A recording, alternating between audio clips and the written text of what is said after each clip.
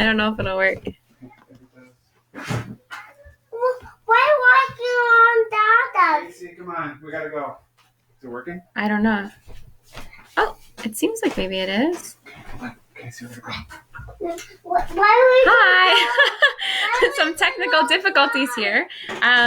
Hopefully everybody can see me now. Hi, this is Alysse. It's my first time doing anything on Facebook Live, but I'm hoping that I can come and bring you on Tuesdays at 1 p.m. and Thursdays at 10 a.m. A Jewish story for Passover as we get ready and closer for that holiday. So today, my kids helped me choose one of our favorite books. Everything's backwards here. It's called A Sweet Passover. It's by Leslie Newman and illustrated by David Sloaney. And I got this book through PJ Library. If you don't know about PJ Library, they're awesome. They send a free Jewish book to any Jewish family every month. And they also have some great resources right now for while we're all kind of stuck being apart, including some stories that you can listen to that are just on audio. So today I'm going to be reading this story, and I hope all goes well and that you love it as much as we love it. So here we go. A Sweet Passover. I'm just going to move over and get the angle right. Oh, there we go. Okay. I'm going to move the computer this way. Miriam loved celebrating Passover at Grandma and Grandpa's house. She loved pinning a piece of lace to her hair, just like Grandma did before she lit 2 tall candles and sang a special blessing to start off the Seder. She loved walking around the table with a towel draped over her arm while Mummy poured water over everybody's hands. She joyfully sang the 4 questions in Hebrew and then listened as Grandpa read the answers from the Haggadah and told the story of the Jews' exodus from Egypt in his deep, booming voice.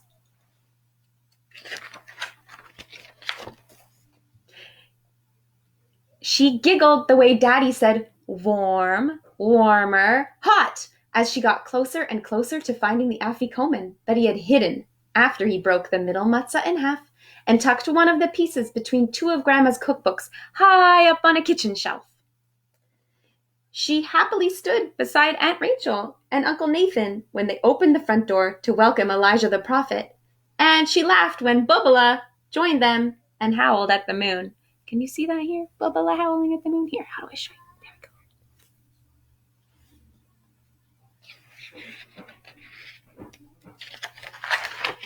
go.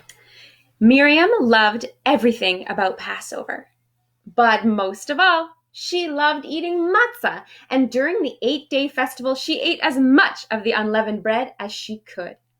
On the first day of Passover, Miriam and Grandma ate matzah with butter. On the second day of Passover, Miriam and Grandpa ate matzah with blackberry jam. On the third day of Passover, Miriam and Aunt Rachel ate matzah with tuna salad. On the fourth day of Passover, Miriam and Uncle Nathan ate matzah with egg salad. On the 5th day of Passover, Miriam and Mummy ate matzah with cream cheese. On the 6th day of Passover, Miriam and Daddy ate matzah with cottage cheese.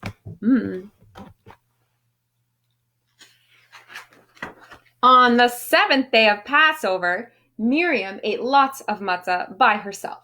She ate matzah with almond butter and matzah with apple butter. She ate matzah with blueberry jam and matzah with strawberry jam. She ate plain matzah, egg matzah, whole wheat matzah, and chocolate-covered matzah. That's my favorite one. All week long, Miriam ate nothing but matzah, matzah, matzah. When she woke up on the last day of Passover, Miriam was sick of matzah. All she wanted for breakfast was a thick slice of warm toast, or a soft, chewy bagel, or a sweet cinnamon donut, or a freshly baked blueberry muffin.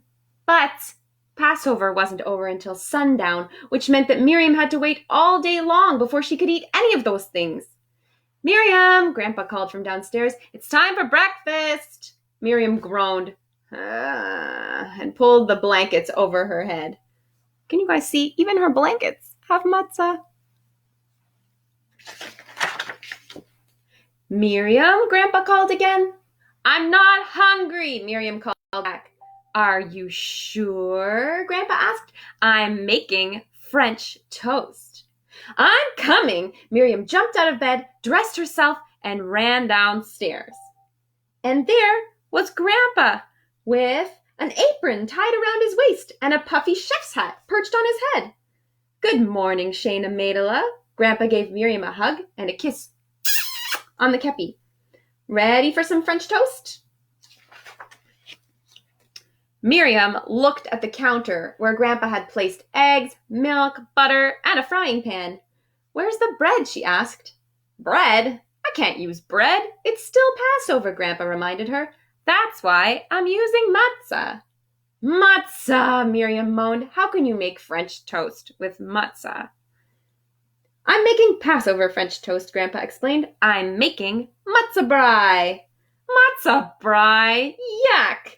Miriam folded her arms. I'm never eating matzah again. Never? That's too bad, Grandpa said. You don't know what you're missing. And then he began to cook.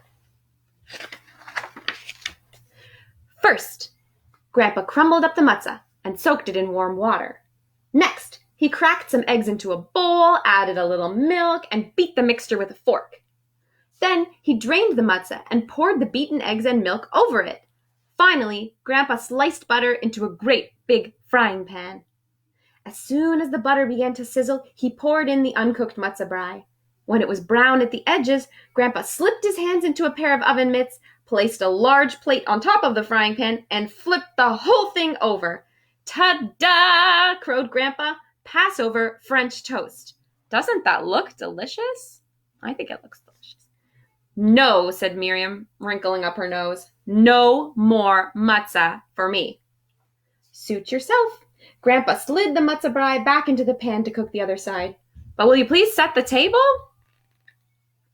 Miriam took out the special Passover plates and put one at each place.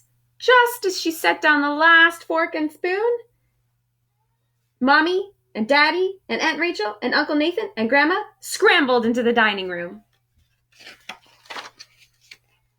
Mummy spooned applesauce on top of her matzah brai. Daddy poured maple syrup over his piece.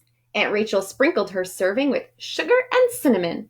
Uncle Nathan smothered his slice with sour cream. Grandma added salt and pepper to her matzah brai. Grandpa left his plain. Essen and gesund, said Grandpa, picking up his fork. Eat in good health. Enjoy.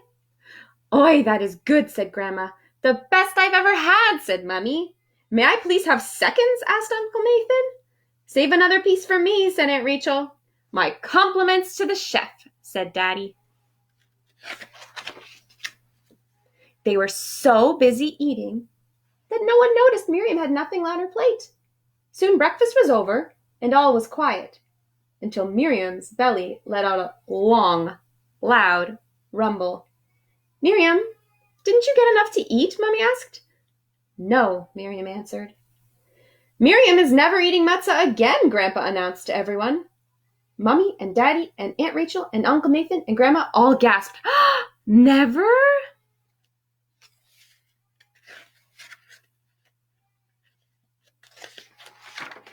Not even on Passover? Asked Mummy. But Miriam, we always eat matzah on Passover. How else will we remember that our ancestors were slaves in Egypt, and when Pharaoh granted them freedom, they had to leave in such a rush they couldn't even wait for the bread dough to rise? How else will we remember that even the plainest food eaten in freedom tastes sweeter than the fanciest food eaten in slavery? Daddy asked. That's why we say, have a Zissen Pesach, Grandma told Miriam. Have a sweet Passover.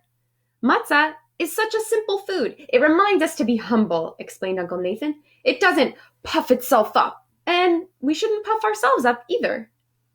It's a mitzvah to eat matzah, Aunt Rachel added. A good deed. And just as the matzah was baked in a hurry, we should always be in a hurry to do a good deed whenever we can.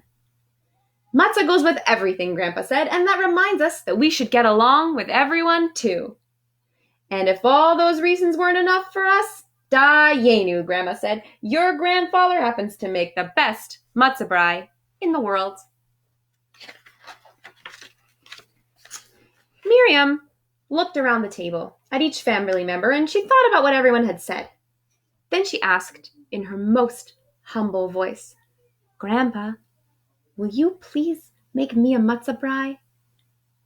"I'm sorry, Miriam," said Grandpa, patting his big round belly. "I'm too full to cook." "Please, Grandpa," said Miriam. "Pretty please, with applesauce on top?" "No," said Grandpa, "I'm not going to make you a matzah brie." "Why not?" asked Miriam. "Because," said Grandpa, handing her an apron and a puffy chef's hat, "we're going to make matzah brie together." Miriam crumbled up the matzah and beat the eggs, while Grandpa melted butter in the frying pan. Miriam poured the uncooked matzah brie into the pan and watched as Grandpa fried it up. When the matzah brie was ready, Grandpa set a great big piece in front of Miriam. "Essen in gesund, schöne Mädela. Eat in good health. Enjoy."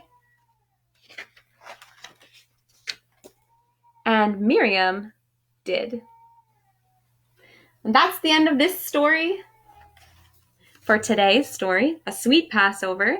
And I want to just say that as we get ready for Passover and we start to think about what our own family traditions are, cooking for Passover can be a really fun way to get ready for the holiday and to spend some quality time while you're stuck at home together. And there's lots of resources, as I said, online, through your teachers, through me, and through PJ Library. So this is it. I'm signing off, and I'll see you on Thursday at 10 a.m. for our next story. Bye-bye.